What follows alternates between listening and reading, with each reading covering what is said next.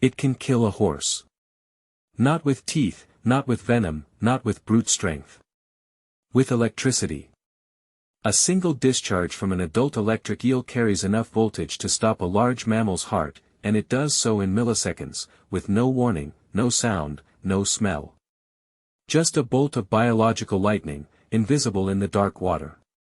The Amazon basin holds secrets that science is still unraveling. Beneath the surface of slow, tea-colored rivers, where sunlight fails to penetrate and vision becomes useless, something evolved a different way of perceiving the world. And of controlling it. The electric eel is not, technically, an eel.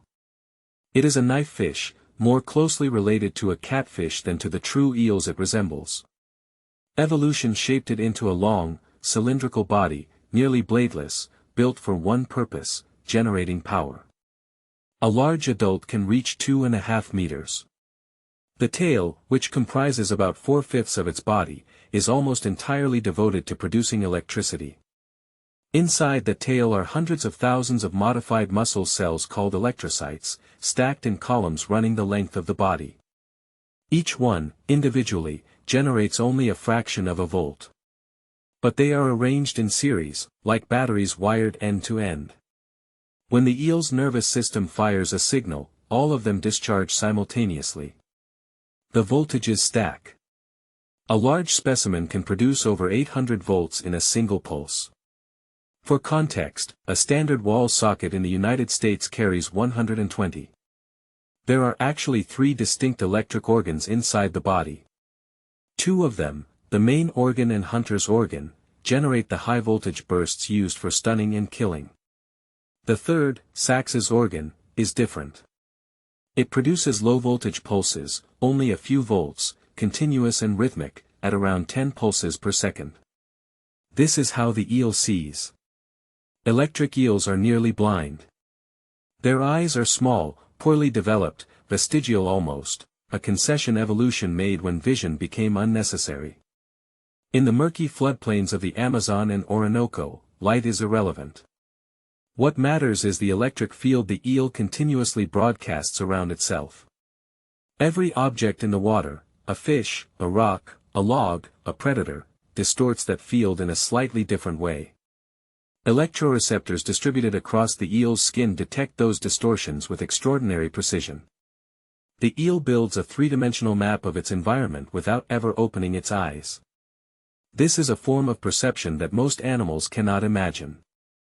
To navigate by reading the distortions in a self-generated electromagnetic field, in real time, in the dark, requires a nervous system of staggering sensitivity. And the electric eel has been doing it for millions of years. When prey is detected, everything changes. The low-voltage pulses stop. The high-voltage system activates. But the discharge is not simply a brute shock. It is sophisticated.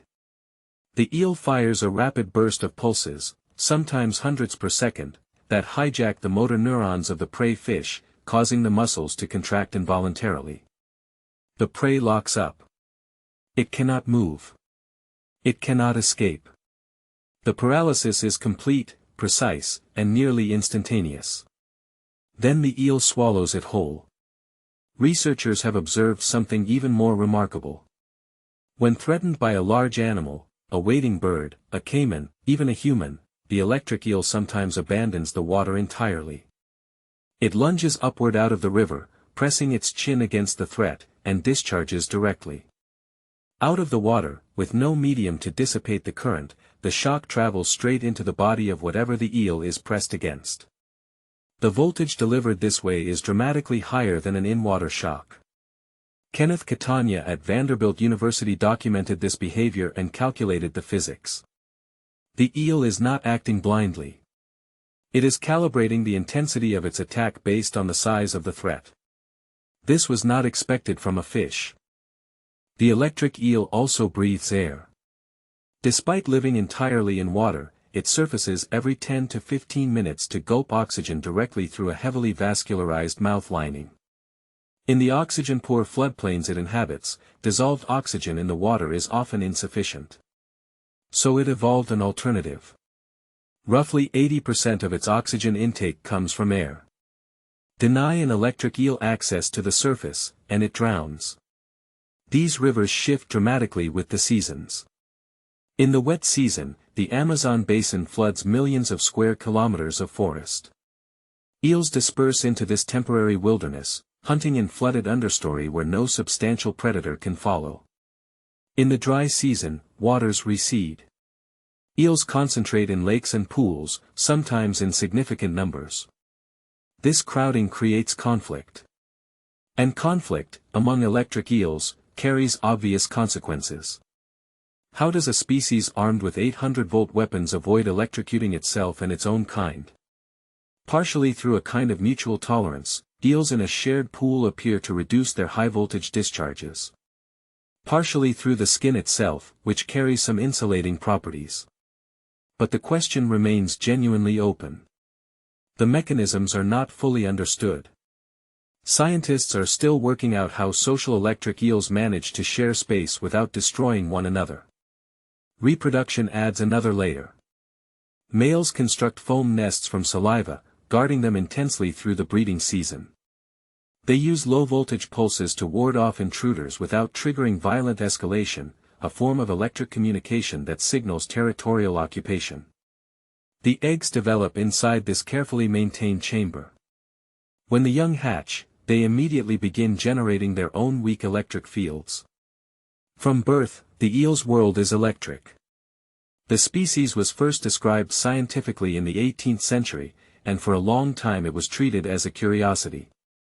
Alessandro Volta studied the arrangement of its electrocytes and modeled his own invention, the voltaic pile, the first true battery, in part on what he observed. The electric eel, in other words, helped inspire the device that eventually made electrical civilization possible. The creature that lurks in Amazonian floodwaters quietly contributed to the invention of the battery.